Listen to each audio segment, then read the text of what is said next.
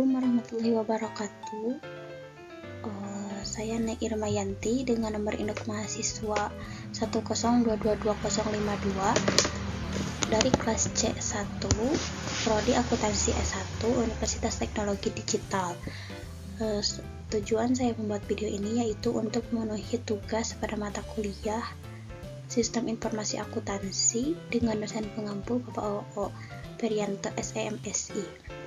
Di sini saya akan sedikit menjelaskan mungkin hasil dari resumen saya pada mata kuliah Sistem Informasi Akuntansi, yaitu mengenai metode pengembangan sistem akuntansi.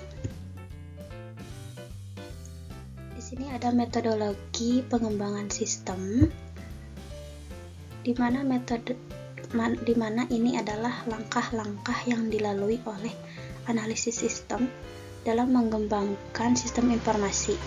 Pengembangan sistem akuntansi dilaksanakan melalui 3 tahap utama, yaitu analisis sistem, desain sistem, dan implementasi sistem. Yang pertama yaitu analisis sistem, di mana analisis sistem ini adalah penelitian atas sistem yang telah ada dengan tujuan untuk merancang sistem yang baru untuk diperbarui.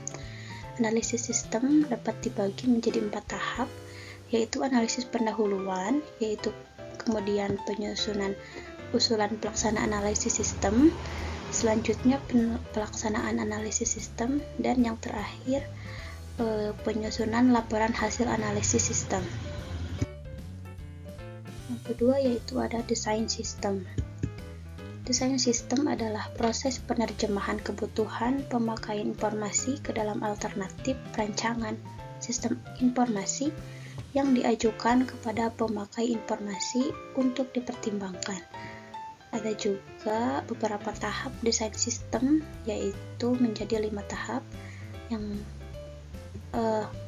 ada 6 tahap, yaitu yang pertama desain sistem secara garis besar, yang kedua penyusunan usulan desain sistem secara garis besar, kemudian selanjutnya evaluasi sistem, yang selanjutnya ada penyusunan laporan final desain sistem secara garis besar, kemudian yang selanjutnya desain sistem secara rinci, dan yang terakhir penyusunan laporan final desain sistem secara rinci.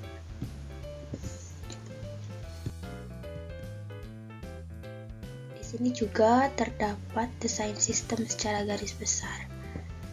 Seperti halnya dengan yang ditempuh oleh seorang arsitek dalam pembangunan gedung sekolah, dalam pembangunan sebuah sistem informasi, analisis sistem telah memperoleh informasi berikut ini dari tahap analisis sistem yang dilakukan, yaitu yang pertama, informasi yang dibutuhkan oleh pemakai beserta persyaratan-persyaratan yang melekat dalam informasi tersebut. Yang selanjutnya luas sistem, dan yang terakhir sumber daya yang dimiliki oleh perusahaan seperti manusia, mesin, uang, material, dan metode.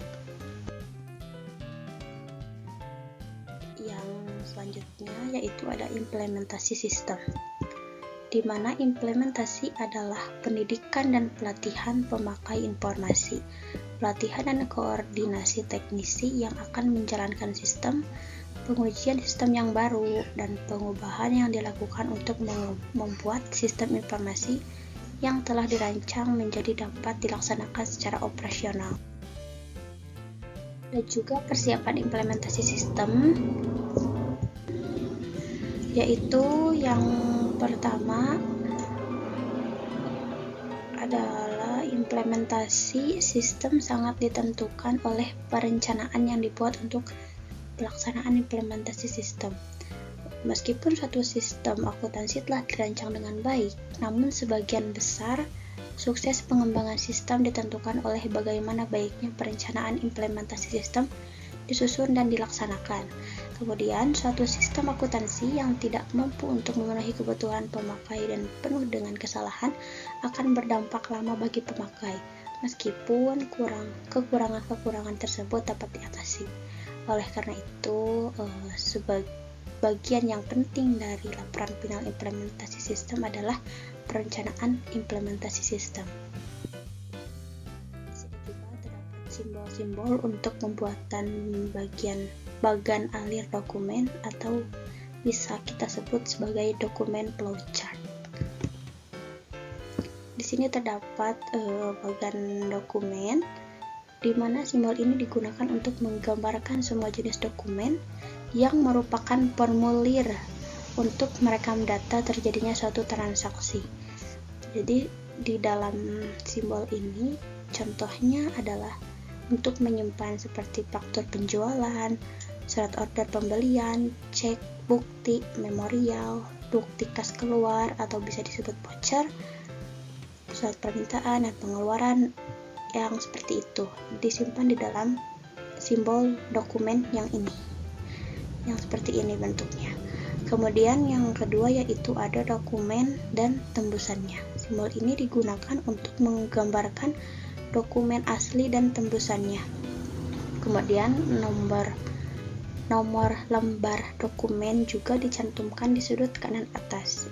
Kemudian ada juga berbagai dokumen, menggambarkan berbagai jenis dokumen yang digabungkan bersama di dalam satu paket. Selanjutnya yaitu simbol catatan. Simbol ini digambarkan untuk mencatat data yang direkam sebelumnya di dalam dokumen atau formulir. Bisa juga atau bisa disebut disimpan oleh jurnal, buku pembantu, dan buku besar seperti itu di dalam catatan. Kemudian ada juga penghubung pada halaman yang sama atau bisa disebut one on page connector. Ini menggambarkan bagan alir arus dokumen dibuat mengalir dari atas ke bawah dan kiri ke kanan. Simbol ini itu lingkaran ya.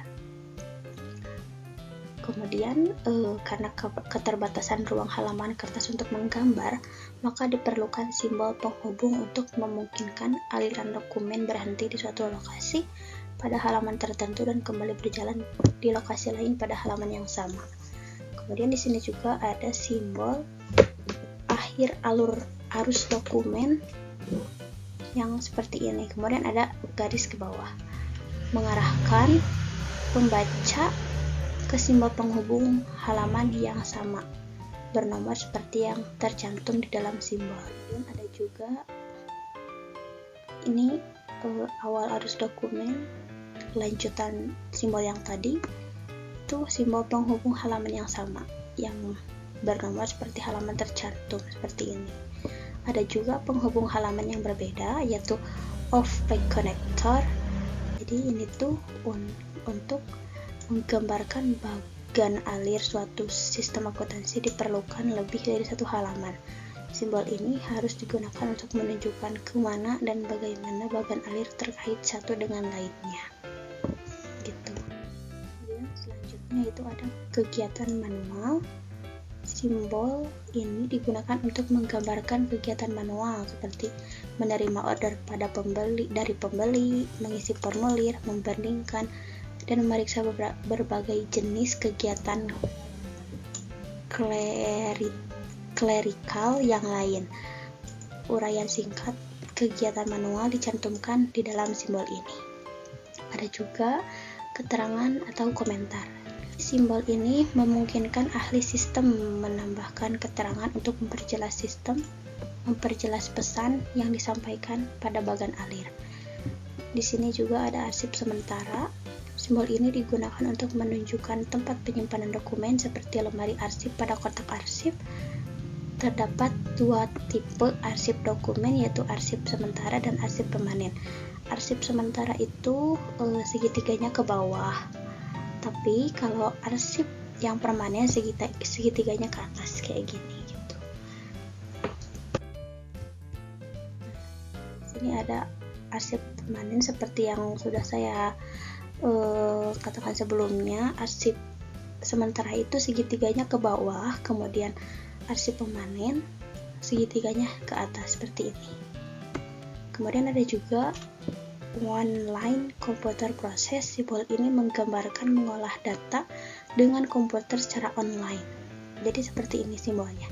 Ada juga keying, typing, verifying. Simbol ini menggambarkan pemasukan data ke dalam komputer melalui online terminal. Selanjutnya ada juga pita magnetik. Simbol ini menggambarkan arsip komputer yang berbentuk pita magnetik. Ada juga online storage. Simbol ini menggunakan arsip komputer secara online juga, tapi di dalam memori komputer. Ada juga simbol keputusan. Simbol ini menggambarkan keputusan yang harus dibuat dalam proses pengolahan data. Selanjutnya ada garis alir atau flow line. Simbol ini menggambarkan arah proses pengolahan data. Anak panah tidak digambarkan jika arus dokumen mengarah ke bawah dan ke kanan. Jika arus dokumen mengalir ke atas atau ke kiri, anak panah perlu dicantumkan. Ada juga persimpangan garis alir, di mana simbol ini jika dua garis alir bersimpangan, untuk menunjukkan arah masing-masing garis, salah satu garis dibuat sedikit melengkung terdapat pada persimpangan kedua garis tersebut. Selanjutnya, pertemuan garis alir, di mana simbol ini digunakan jika dua garis alir bertemu dan salah satu garis mengikuti arus garis lainnya. Selanjutnya ada mulai dan berakhir. Seperti ini simbolnya. Simbol ini untuk menggambarkan awal dan akhir suatu sistem akuntansi. Kemudian selanjutnya ada simbol masuk ke sistem, di mana simbol ini tidak perlu digambarkan dalam bagan alir, hanya diperlukan simbol. Keluar sistem lain juga sama seperti masuk ke sistem, tidak perlu digambarkan dalam bagan alir, tapi diperlukan simbol untuk menggambarkan masuk dan keluar sistem yang lain. Begitu. Mungkin hanya itu saja yang bisa saya jelaskan. Mohon maaf apabila banyak kesalahan dalam pelafalan kata atau materi yang tadi saya jelaskan sebelumnya, dan terima kasih sudah menonton sampai akhir. Saya Neng Irmayanti, izin pamit undur diri, sampai berjumpa di next video. Assalamualaikum warahmatullahi wabarakatuh. Bye.